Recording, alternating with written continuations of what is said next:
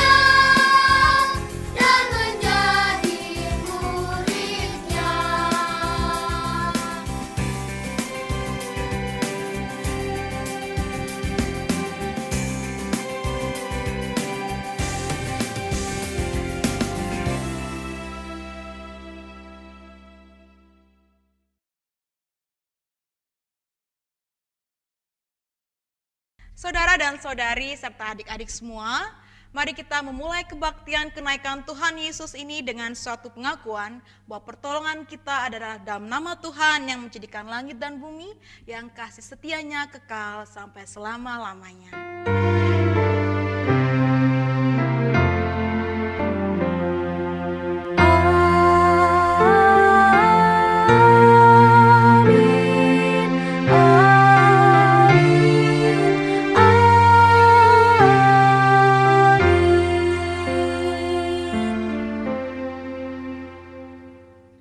Tuhan beserta saudara dan beserta saudara juga. Yesus terangkat ke surga. Maka bertanyalah mereka yang berkumpul di situ, "Tuhan, maukah Engkau pada masa ini memulihkan kerajaan bagi Israel?" Jawabnya, "Engkau tidak perlu mengetahui masa dan waktu yang ditetapkan Bapa sendiri menurut kuasanya. Tetapi kamu akan menerima kuasa kalau Roh Kudus turun ke atas kamu. Dan kamu akan menjadi saksiku di Yerusalem dan di seluruh Yudea dan Samaria dan sampai ke ujung bumi." Sesudah ia mengatakan demikian, terangkatlah ia, disaksikan oleh mereka, dan awan menutupnya dari pandangan mereka. Ketika mereka sedang menatap ke langit waktu ia naik itu, tiba-tiba berdirilah dua orang yang berpakaian putih dekat mereka, dan berkata kepada mereka, "Hai orang-orang Galilea, mengapakah kamu berdiri melihat ke langit? Yesus ini yang terangkat ke surga meninggalkan kamu akan datang kembali dengan cara yang sama seperti kamu melihat dia naik ke surga."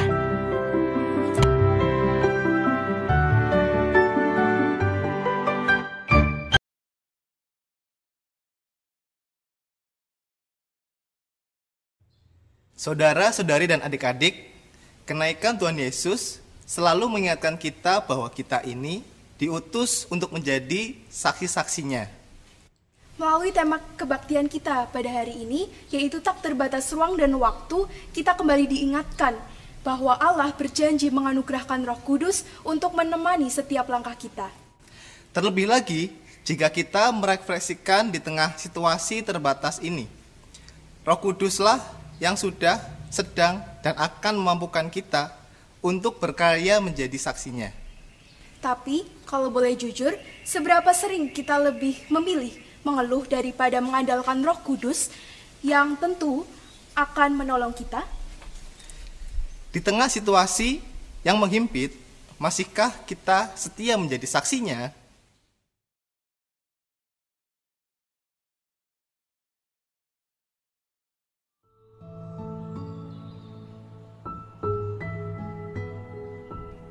Mari kita berdoa. Ya Allah yang baik, terima kasih untuk cinta-Mu yang selalu menyapa kami di setiap pagi. Bahkan setiap detik kehidupan yang kami lalui, cinta-Mu membersamai kami. Ampuni kami jika terkadang kami lebih memilih sering mengeluh saat masalah demi masalah datang menekan hidup kami. Cinta-Mu yang seharusnya bisa dirasakan oleh orang-orang di sekeliling kami, oleh anggota keluarga kami yang lain, justru menjadi terhalang karena sikap kecewa dan keluh kami. Tolong kami ya Tuhan, supaya anugerah pengampunan-Mu itu memampukan kami untuk setia menjadi saksi cinta-Mu. Di dalam nama Tuhan Yesus kami memohon dan berdoa. Amin.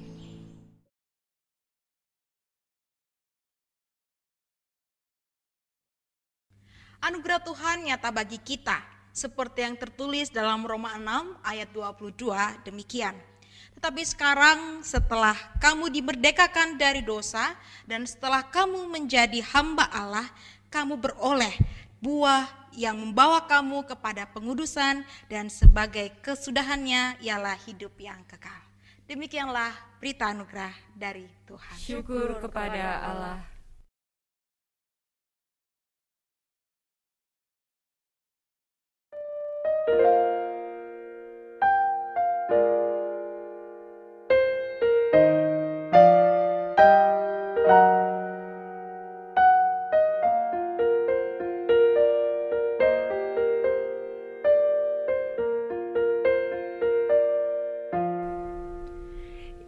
Isilah mataku dengan citra salib-Mu, dengan kasih-Mu penuhi hatiku. Isilah mulutku dengan syukur padamu.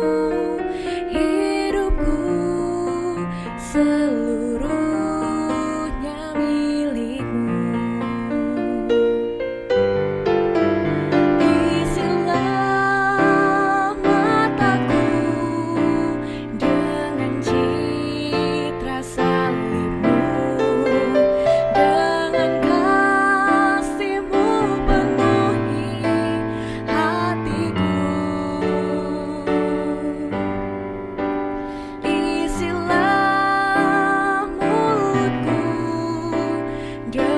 Syukur padamu, hidupku seluruhnya milik-Mu.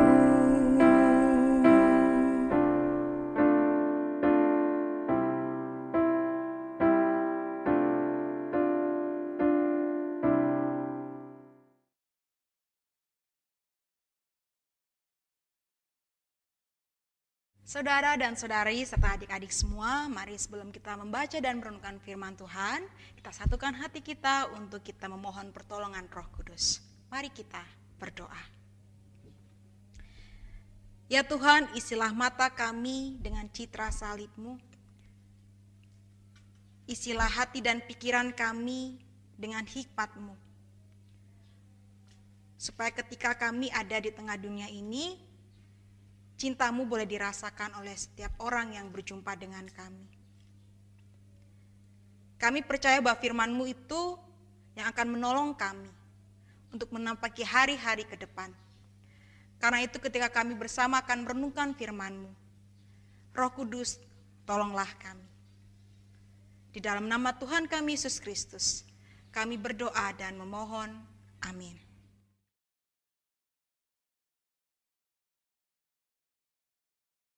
Lukas 24 ayat 44 sampai 53. Ia berkata kepada mereka, Inilah perkataanku yang telah kukatakan kepadamu ketika aku masih bersama-sama dengan kamu, yakni bahwa harus digenapi semua yang ada tertulis tentang aku dalam kitab Taurat Musa dan kitab Nabi-Nabi dan kitab Mazmur. lalu ia membuka pikiran mereka sehingga mereka mengerti kitab suci. Katanya kepada mereka, Ada tertulis demikian, Mesias harus menderita dan bangkit dari antara orang mati pada hari yang ketiga. Dan lagi, dalam namanya berita tentang pertobatan dan pengampunan dosa harus disampaikan kepada segala bangsa, mulai dari Yerusalem. Kamu adalah saksi dari semuanya ini, dan aku akan mengirim kepadamu apa yang dijanjikan Bapakku. Tetapi kamu harus tinggal dalam kota ini sampai kamu diperlengkapi dengan kekuasaan dari tempat tinggi. Lalu Yesus membawa mereka keluar kota sampai dekat Betania. Di situ ia mengangkat tangannya dan memberkati mereka. Dan ketika ia sedang memberkati mereka, ia berpisah dari mereka dan terangkat ke surga. Mereka sujud menyembah kepadanya, lalu mereka pulang ke Yerusalem dengan sangat bersukacita. Mereka senantiasa berada di dalam bait Allah dan memuliakan Allah. Demikianlah firman Tuhan.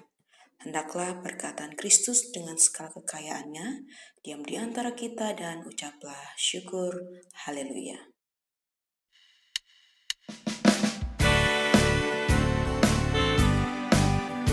Haleluya, haleluya, haleluya, haleluya.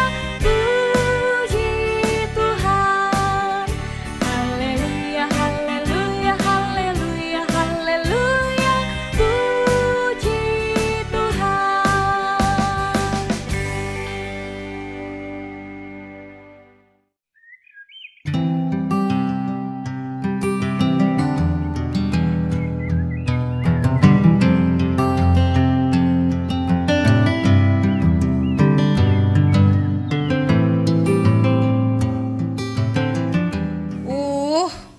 Sampai kapan begini terus?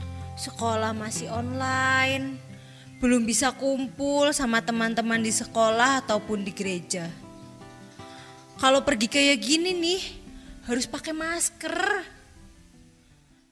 Padahal kan udaranya segar. Belum lagi harus jaga jarak.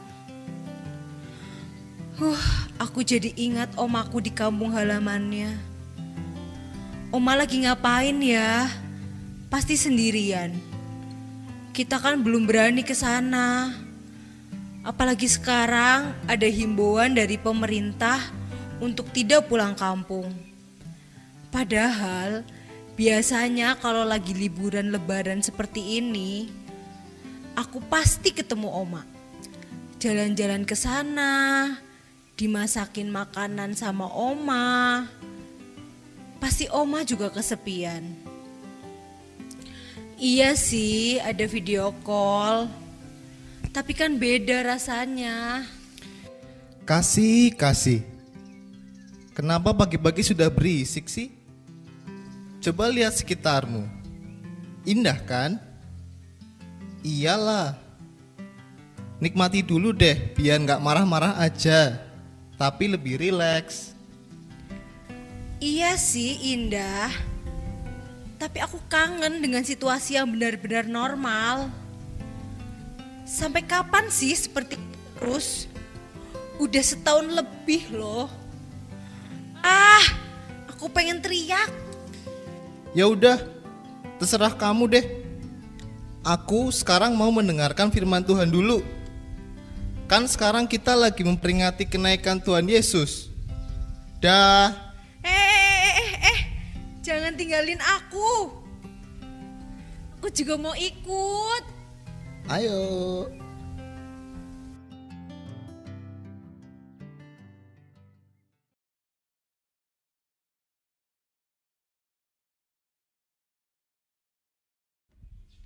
Saudara dan adik-adik, apa yang dirasakan oleh kasih tadi mungkin juga kita rasakan saat ini. Kita sedang rasakan atau pernah kita rasakan.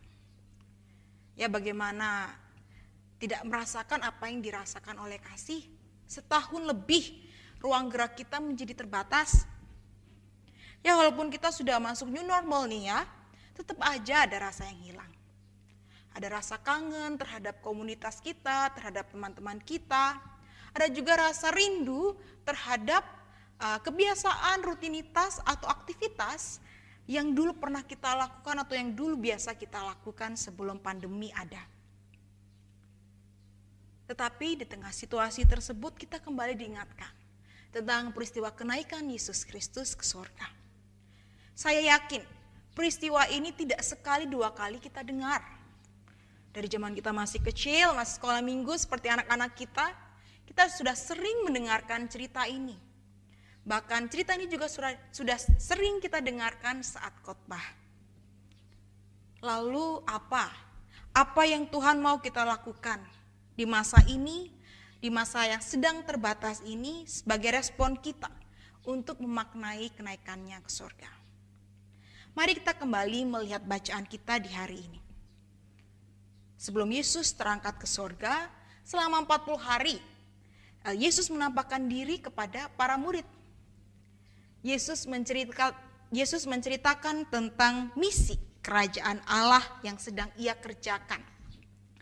Yesus sedang membuka pikiran mereka bahwa misinya adalah menghadirkan damai, menghadirkan sukacita ke tengah dunia ini. Sebuah misi yang lebih besar daripada misi sebagai Mesias yang diharapkan oleh orang banyak saat itu. Ia menganugerahkan damai yang sejati. Itu sebabnya ia ingin agar para murid juga membawa berita bahagia ini. Ia mengutus para murid untuk menjadi saksinya mulai dari Yerusalem atau mulai dari tempat yang dekat dengan mereka hingga sampai berita itu bisa didengar, diberitakan kepada segala bangsa. Namun tidak berhenti sampai di situ. Yesus pun berjanji akan mengirimkan Roh Penolong yang memampukan mereka untuk menjadi saksi-saksinya. Saudara dan adik-adik, tetapi ada yang menarik dari pembacaan Alkitab hari ini. Ini akan kita refleksikan bersama untuk kehidupan kita di masa-masa ini. Saat itu, kalau kita melihat ya di bacaan Alkitab kita, Yesus membawa mereka keluar kota sampai dekat Betania. Bahkan ada penafsir yang mengatakan tidak hanya sampai dekat Betania, tapi sampai di Betania. Ketika saya mempersiapkan renungan ini, saya juga bertanya, kenapa? Kakak juga bertanya, kenapa Yesus kok nggak langsung aja gitu ya terangkat ke surga? Kenapa Yesus membawa para murid keluar dulu? Keluar setelah dia menyampaikan kata-kata, pesan, perutusan kepada para murid, dia nggak langsung pergi terangkat ke surga begitu, tapi mengajak para murid untuk keluar ke Betania. Saudara-saudara dan adik-adik, saya yakin bahwa Yesus membawa mereka bukan tanpa alasan. Kita ingat dulu ya, bagaimana takutnya para murid saat itu setelah peristiwa penyaliban Yesus. Bahkan di kitab Yohanes dikatakan mereka sampai menutup pintu kunci, rapat-rapat. Nah, itu sebabnya pertama, Yesus membawa mereka keluar dari rasa takut untuk melihat kehidupan di luar, melihat kehidupan di sekitar mereka. Ada banyak hal yang mungkin terlewat saat mereka takut. Ya, kalau jujur saja ketika kita takut, maka terkadang kecenderungan kita tuh lupa ada sesuatu yang lebih besar dari ketakutan kita. Ibarat ini ketakutan kita, ibarat ini masalah kita. Ketika kita takut atau ketika kita menghadapi masalah, maka fokus kita biasanya hanya tertuju pada kertas ini. Padahal di balik kertas ini ada tanaman yang indah, ada senyuman papa mama, ada semangat dari anak-anak, ada perhatian dari teman-teman, dari keluarga kita yang lain. Tetapi karena kita takut, kita hanya terfokus pada masalah atau ketakutan tersebut. Nah, itu sebabnya Yesus mau agar para murid keluar dari perasaan itu. Tidak lagi terpaku atau diam pada perasaan takutnya saat mereka ketakutan menanti pengenapan Yesus yang mau bangkit di tengah-tengah mereka. Yesus mau supaya para murid keluar dari perasaan itu dan mensyukuri hal-hal di sekitarnya. Itu sebabnya juga di alasan kedua Yesus mau mereka untuk melihat kehidupan secara lebih utuh. Melihat sekitar, melihat realitas. Kalau kita ingat ada peristiwa apa sih di Betania? Adik-adik, mungkin adik-adik pernah mendengar cerita tentang suatu peristiwa di Betania yang Yesus lakukan. Apa itu? Ya, peristiwa Lazarus dibangkitkan. Ada harapan yang Yesus tumbuhkan di dalam karya pelayanannya. Hal ini sekaligus mengajak kita, mengingatkan kepada kita bahwa ada hal yang tetap dapat disyukuri. Sekalipun kita sedang di dalam situasi yang tidak mengenakan atau tidak membuat merasa nyaman, tenang, senang, ada hal yang bisa tetap kita syukuri. Karena itu jangan hanya terpaku pada ratapan, jangan hanya terpaku pada permasalahan, kesedihan. Contoh saja, pandemi ini memang membatasi kita dalam ruang kita berelasi dengan orang lain. Tetapi pandemi ini kalau kita boleh sadari membuat kita lebih banyak waktu bersama dengan keluarga. Mungkin juga kita punya waktu untuk bertemu dengan teman-teman yang jauh, yang biasanya nggak bisa kita temui saat situasi normal. Tapi karena ada pandemi ini, orang sedemikian berusaha supaya menciptakan teknologi, ruang untuk bertemu. Dan akibatnya kita bisa bertemu dengan teman-teman kita. Ya, ada banyak hal yang bisa disyukuri di tengah pandemi ini. Dan Yesus mau kita juga bisa menyadari itu. Yesus mau supaya kita tidak hanya terbatas pada kok begini ya, kok begitu ya, di tengah situasi ini kok terbatas ya, padahal aku ingin ini, aku ingin begitu. Yesus ingin supaya kita melihat hal-hal lain di sekitar kita, hal-hal yang masih bisa kita syukuri, bagaimana Tuhan terus menyertai kita tetap hidup sampai dengan saat ini. Saudara-saudari dan adik-adik, di sini saya punya satu kertas. Kalau kita kembali ke Maret tahun lalu, pandemi membuat kita di rumah. Ya. Jadi saya akan membuat rumah-rumahan lewat kertas ini. Nah, segala sesuatu karena pandemi membatasi ruang gerak kita hanya melakukan segala sesuatunya di rumah saja. Seperti ini ya. Nah, kita kira pandemi hanya berlangsung selama 1 atau 2 bulan dalam waktu yang singkat. Jadi kita merasa waktu akan segera berlalu, pandemi akan segera berlalu, dan kita akan beraktivitas seperti biasanya. Tapi sayang, pandemi masih ada sampai saat ini. Rumah yang awalnya buat kita terasa luas menjadi sempit. Menjadi sempit itu entah karena semua keluarga pada berkumpul ya, karena semua jadi serba online, akhirnya yang biasanya kuliah di luar kota, kerja di luar kota, jadi berkumpul satu rumah. Atau rumah menjadi sempit karena kita hanya bisa melakukan aktivitas di tempat-tempat itu saja. Jadi rasanya rumahnya kok ya gitu-gitu aja ya, jadi rumah menjadi lebih sempit. Akhirnya kita mulai patah semangat. Seperti ini ya, ini saya menggambarkan kita mulai patah semangat. Kita mulai merasa bosan, mulai kecewa dengan keadaan, mulai mempertanyakan di mana Tuhan di tengah situasi ini. Tapi yang saya mau ajak kita lihat bersama, ini adalah kabar baik. Ketika kita merasa patah semangat, saat kita merasa sedih karena peristiwa atau pandemi ini belum segera berangsur membaik, walaupun saat ini sudah ada vaksinasi, tapi tetap saja masih ada keterbatasan. Ada satu kabar baik, di balik kekurang nyamanan kita, di balik perasaan sedih kita, ada apa? Ada salib. Ada Yesus yang selalu bersama dengan kita.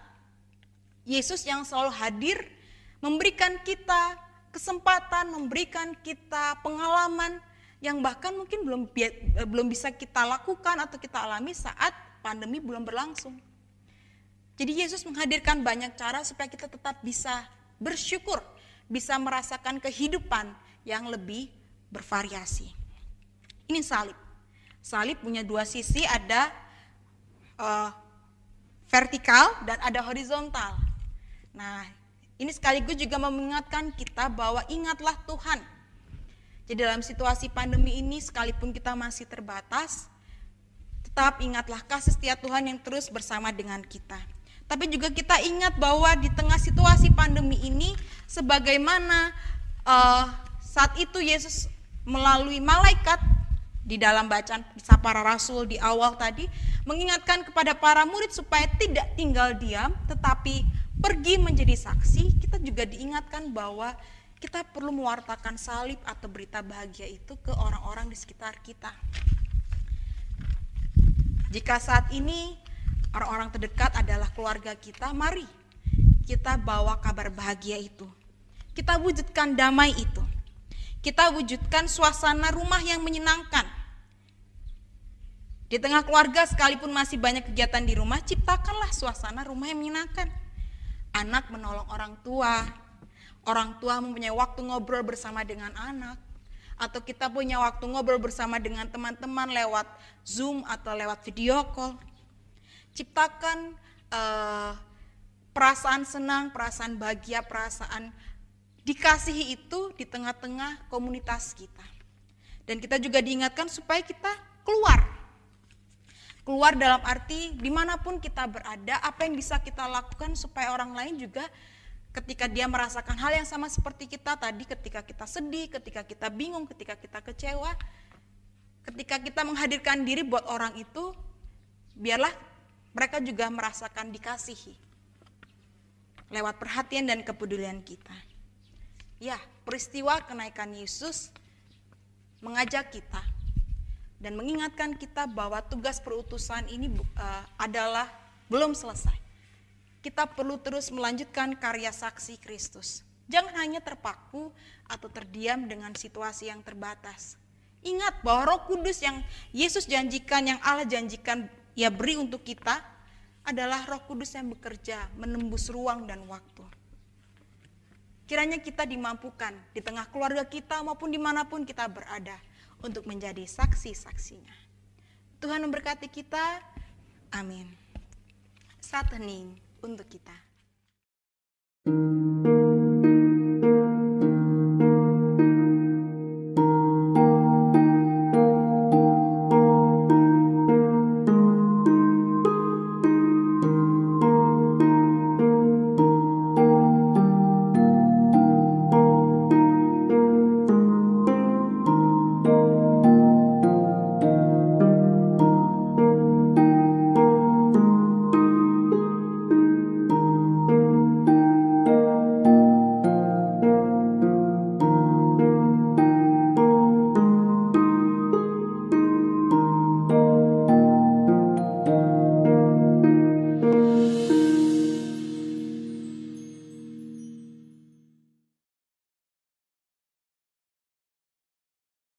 Mari Bapak Ibu serta jemaat sekalian, kita akan mengucapkan pengakuan iman rasuli bersama-sama.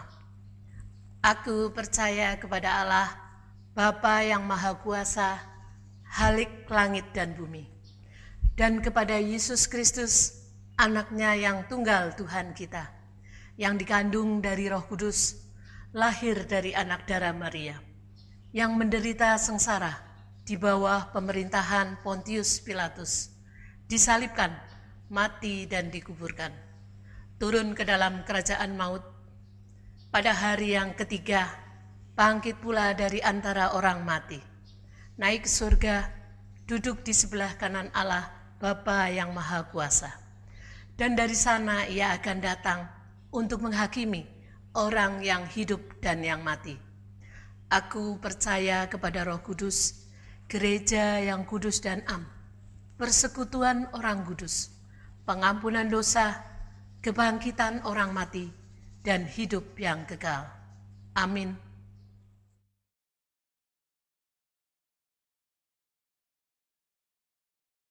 Saudara-saudari dan adik-adik, mari kita menaikkan doa-doa syafaat kita. Mari kita berdoa.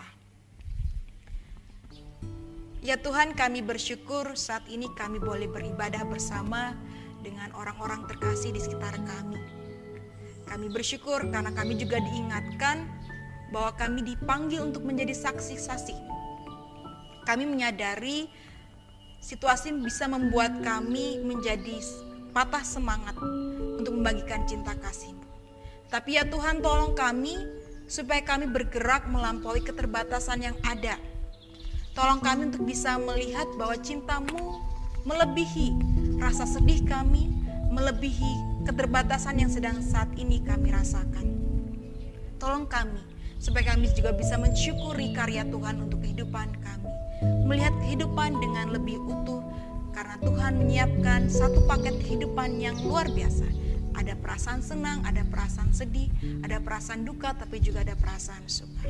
Terima kasih Tuhan. Di saat ini kami juga akan menaikkan doa-doa syafaat kami.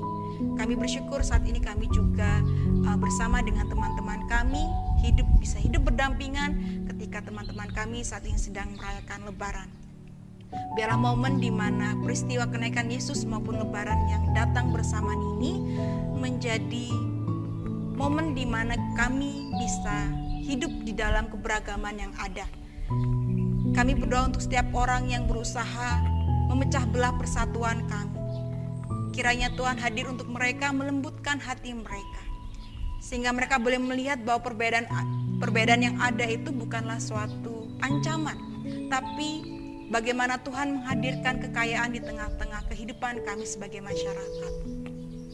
Tuhan, tolong kami supaya bangsa dan negara ini juga di dalam keterbatasannya, masih di dalam situasi pandemi, kami boleh bergerak bersama, tetap mentaati protokol kesehatan yang ada. Kami juga mau menjaga kesehatan yang Tuhan kasih dan Tuhan percayakan kepada setiap kami dengan baik. Ya Tuhan, kami berdoa untuk gereja kami, biarlah dengan semangat peristiwa kenaikan Yesus Kristus, gerejamu juga boleh tetap hadir, menjadi rekan, menjadi teman untuk setiap kami, atau siapapun yang ada di sekitar gereja, untuk bisa tetap merasakan cinta-Mu yang menguatkan, yang menopang kelemahan, keterbatasan, dan kerapuhan kami. Inilah Tuhan setiap doa kami. Kami akan melanjutkan kehidupan kami. Kiranya Roh Kudus yang bekerja melampaui ruang, gerak, dan waktu menolong kami untuk bisa tetap bersyukur, untuk tetap bisa mengelola kehidupan di dalam tanggung jawab dan takut akan Tuhan. Kami berdoa untuk relasi kami bersama dengan anak cucu, bersama dengan keluarga dan saudara-saudara kami. Biarlah cinta Tuhan terus merekatkan kami sebagai persekutuan Kristus, sebagai tubuh Kristus yang saling memberi, saling menopang, dan saling memperhatikan. Inilah Tuhan setiap doa kami menyempurnakannya di dalam doa yang sudah Engkau ajarkan demikian. Bapa kami yang di surga, dikuduskanlah nama-Mu, datanglah kerajaan-Mu, jadilah kehendak-Mu di bumi seperti di surga. Berikanlah kami pada hari ini makanan kami yang secukupnya, dan ampunilah kami akan kesalahan kami, seperti kami juga mengampuni orang yang bersalah kepada kami. Dan janganlah membawa kami ke dalam pencobaan, tapi lepaskanlah kami daripada yang jahat.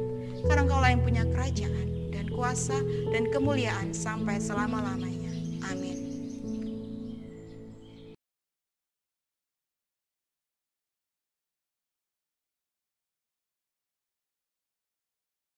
Saudara-saudari yang terkasih, marilah kita bersukacita dan menyatakan syukur karena Tuhan mengutus kita menjadi pewarta kasih-Nya. Persembahan syukur dapat saudara serahkan saat kebaktian onsite atau dapat diberikan dengan cara mentransfer ke rekening gereja. Surat Ibrani 13 ayat yang 15 sampai 16 berbunyi demikian. Sebab itu marilah kita oleh Dia senantiasa mempersembahkan korban syukur kepada Allah, yaitu ucapan bibir yang memuliakan namanya. Dan janganlah kamu lupa berbuat baik dan memberi bantuan, sebab korban-korban yang demikianlah yang berkenan kepada Allah. Mari anak-anak, bapak ibu, opa oma, kita mempersembahkan yang terbaik untuk Tuhan.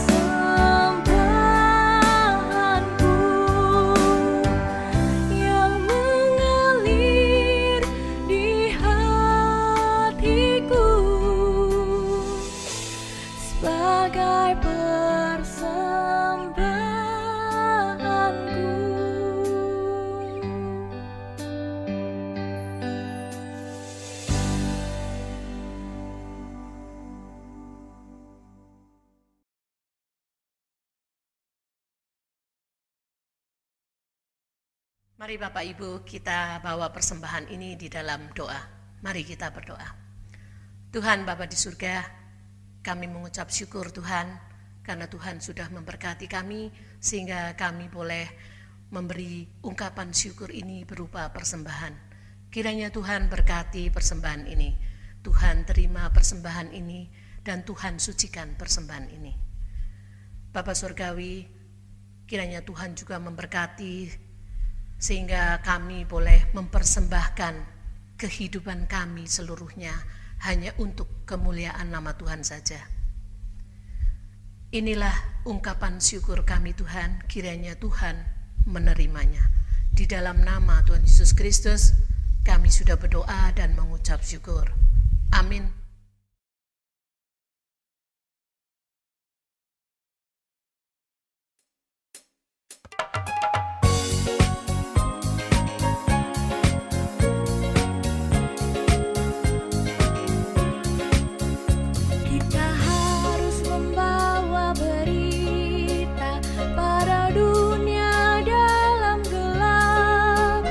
Tentang kebenaran dan kasih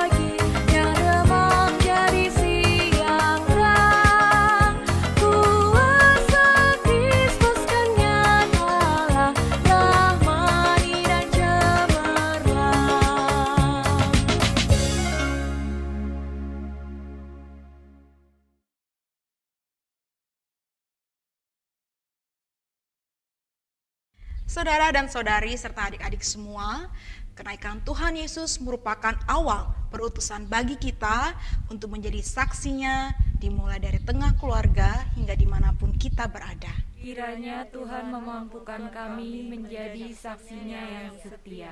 Janganlah takut, karena kita tidak berjalan sendiri. Kuasa Roh Kudus yang tak terbatas ruang dan waktu itulah yang akan senantiasa menyertai kita. Syukur kepada Allah. Sekarang arahkanlah hatimu kepada Tuhan dan terimalah berkat-Nya. Dan Allah sumber segala kasih karunia yang telah memanggil kita di dalam Kristus kepada kemuliaan-Nya yang kekal akan melengkapi, meneguhkan dan mengokohkan kita dengan Roh-Nya yang kudus. Ialah yang mempunyai kuasa sampai selama-lamanya menyertai kita. Amin.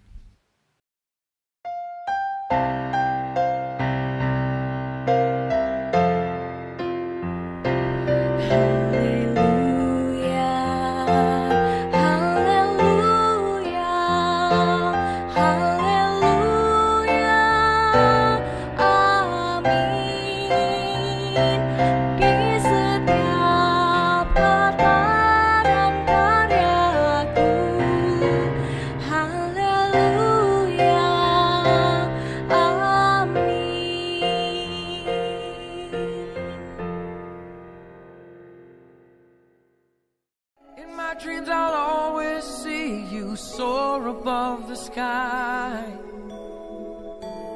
In my heart there'll always be a place for you